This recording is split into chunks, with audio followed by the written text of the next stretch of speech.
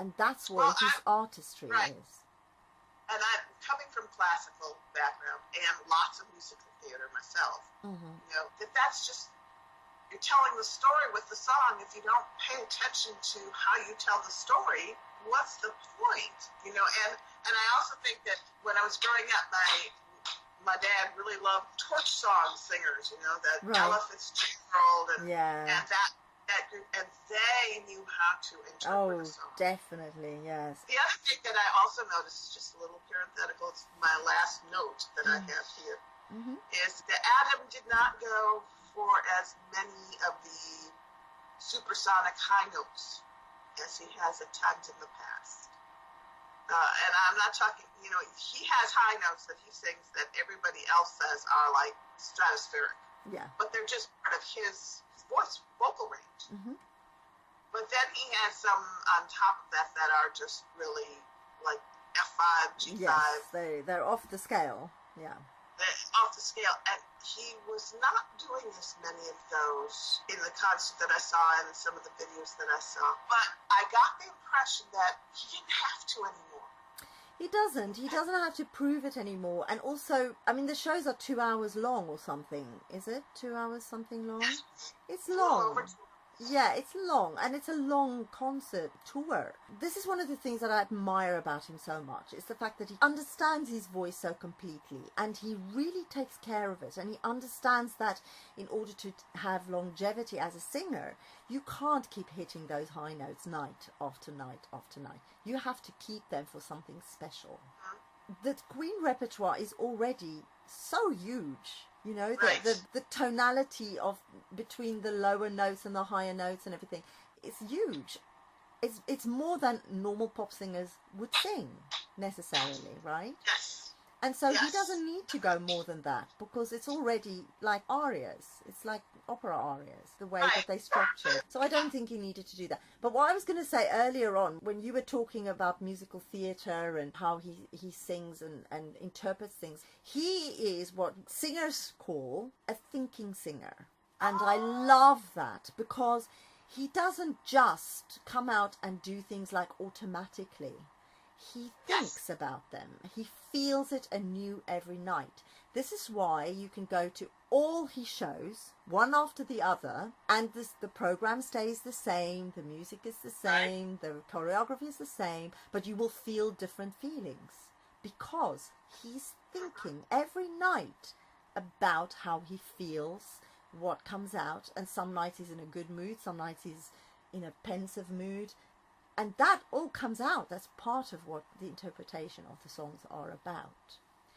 And so I think that is why, you know, you go to the shows and you can't get enough of it because it is different every time. Because he thinks about it. It's not like he doesn't come out and just sing a song because that's what he learned. Exactly. And that's, here again, sometimes I have to watch other singers to fully appreciate what Adam is doing. Yeah, he's brilliant. But the thing is also, it depends on what kind of singers. I mean, obviously he's singing more pop rock music at the moment, so I'm guessing you're watching sort of more pop rock type people to kind of see the comparison to what he's doing. But if you watch opera sing, I'm talking about good opera singers. Right, absolutely. Then you get what he's doing. It's so brilliant. He's such a consummate professional, and he's so up there. You know, he's so up there with them. If he ever sang opera, I would sell my house, my car, my everything to go. I can't believe that I missed the year that he was singing opera. He said he only sang it for about a year, light opera arias. Right. I wish there was a recording because I don't think there is. But the problem with it is people are hearing, you know, musical theatre pieces, and they think that's opera, and it's so not.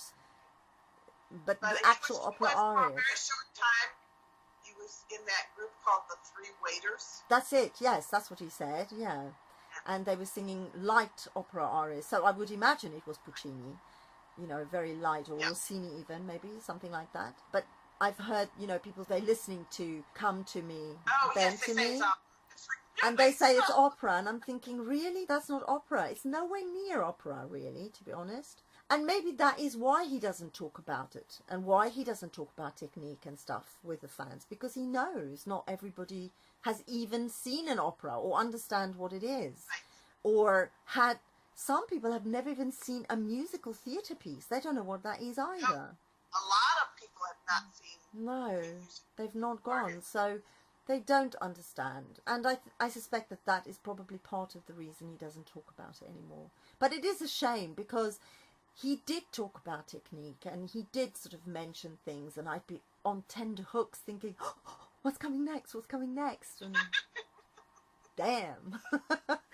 Yes. Well, you know, now that he is more centered artistically, and we think he's matured artistically, I'm waiting for a couple more years to go by when he is confident enough to reincorporate actual musicals into his repertoire. Oh, that would be fantastic. It really would be. But you know what? As we're talking, I'm thinking, wouldn't it be cool if, because he's singing with Queen, if he could sing Barcelona? Oh, yes. You mean the opera that Freddie sang? No, Freddie didn't sing opera. He wanted to sing opera. Freddie wanted to sing. It's widely recorded. He wanted to sing opera. He never did. He wasn't trained in opera. He wasn't trained in musical theatre. He never sang it. His voice got better as he went along because he was singing all the time, and that naturally happens. But he never trained, and you can tell that because his breath and his muscles don't support his voice at all, ever. Not even until the end. But that doesn't take away from the fact that the voice was fabulous and he did fabulous things. Barcelona was, the opera singer who sang with him was Montserrat Caballé. And she is an opera singer, an amazing opera singer. And Freddie sang as Freddie. And they sang this thing that was sort of a hybrid. These days we call those crossover songs. So they're half opera and half pop. And there's a lot of them now. And you often hear people like Andrea Bocelli and Sarah Brightman sing stuff like that. So it would be fantastic if maybe one day Adam sang Barcelona with another opera singer, because the voice, oh my Lord, I get so excited thinking about that, because the voice would be just fabulous. Oh, absolutely. Yeah. But by the way, don't tell anybody, but I read something, about, Freddie, he sang opera with Montserrat or whatever her name is. I'm sorry, I don't remember, and he sang. Did you know he actually, in the performance of Barcelona, did not sing? I know, he didn't sing, no. It was pre-recorded. His part was pre-recorded, yes. No, she sang, yes, but he didn't, no. I knew that, yeah. And look, Freddie, I admire Freddie and I respect what he did. But I think people are too keen on blowing him up out of all proportion, because he wasn't a god. He wasn't fabulous. He was fabulous, yes he was, but he wasn't, the be-all and end-all as far as singers are concerned. He wasn't. The voice is very, very brittle, lovely voice, but very brittle, and untrained, completely untrained.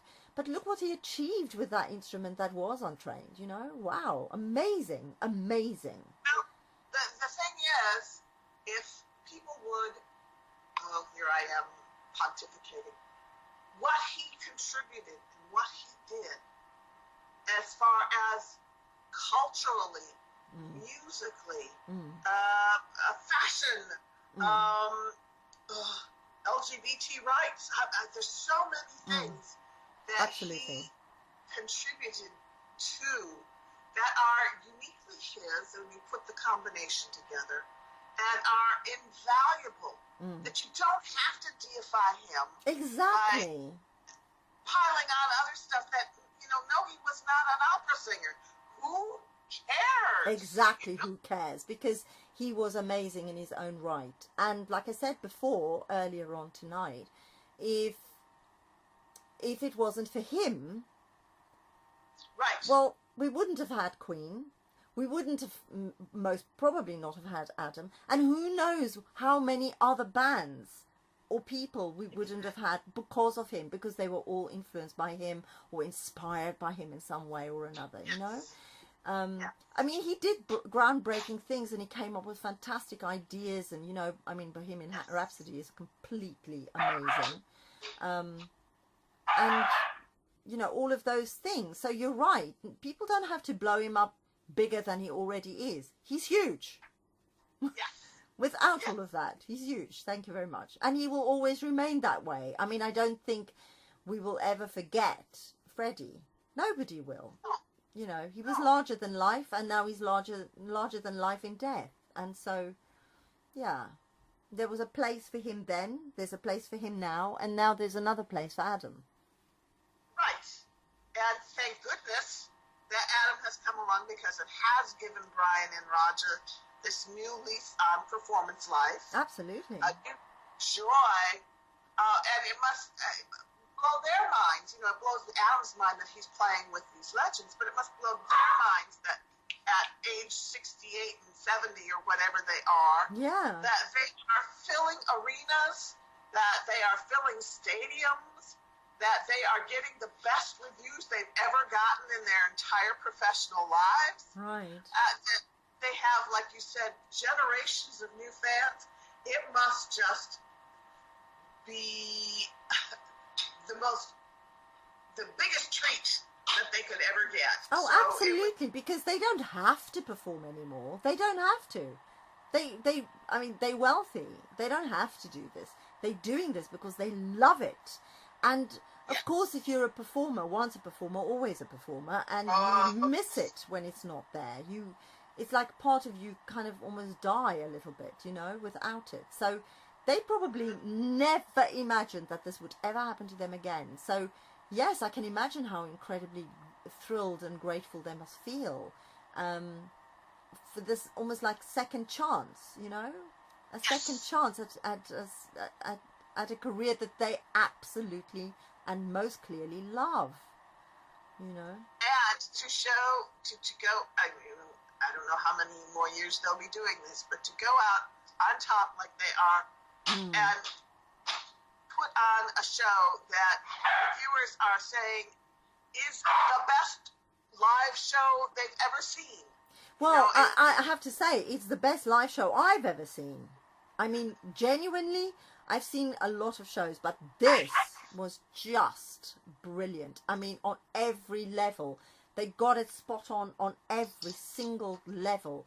Everything worked perfectly. The sound was exquisite. The lighting, I mean, their lighting is a show in itself, and we all know that. But the set was fantastic. The way that they brought it all together, the way they put the program together, it was genius. Absolutely genius. And they can only do this because they've got this huge repertoire of songs that they can pick and choose from, you know. And they've got a singer who can sing any of that repertoire. Exactly. And that is quite something, because I think they've had quite a lot of singers in the past singing with them as guest singers. And I don't think any of them really genuinely worked with Queen, you know. And some of those singers were brilliant in their own right. I mean, you know, one of them was George Michael, who I love. I love his voice. He's got an amazing, you know, had an amazing voice. Because unfortunately he died as well. But yeah, not even George Michael sort of sounded like he was Queen, really. Well, people were just raving about George Michael and that he should be the new Queen singer, and I went, he sang one song with them. Yeah, no. He did a very good job. I'm not faulting anything, but to draw the conclusion that he would be a perfect singer for Queen because he sang one song. It doesn't say how he could tackle the whole repertoire or... No, but the thing, I mean, George Michael has a different voice, you know, a beautiful voice, stunning voice. I loved his voice. I loved him. He was an amazing performer and everything, but he's not a rock singer. Adam has the ability to sing ballads, rock, pop, everything in between, you know. I don't think George Michael could do that. I mean, don't get me wrong, amazing voice and sang ballads and pop music, but not rock. He's not a rock. He wasn't a rock singer. The voice was too light and too pretty almost. And that sounds ridiculous because Adam's voice is really pretty too. You know what I mean? Yes. And beautiful and light and stuff. But he also has the ability to switch on that rock thing, which perfectly works with Queen.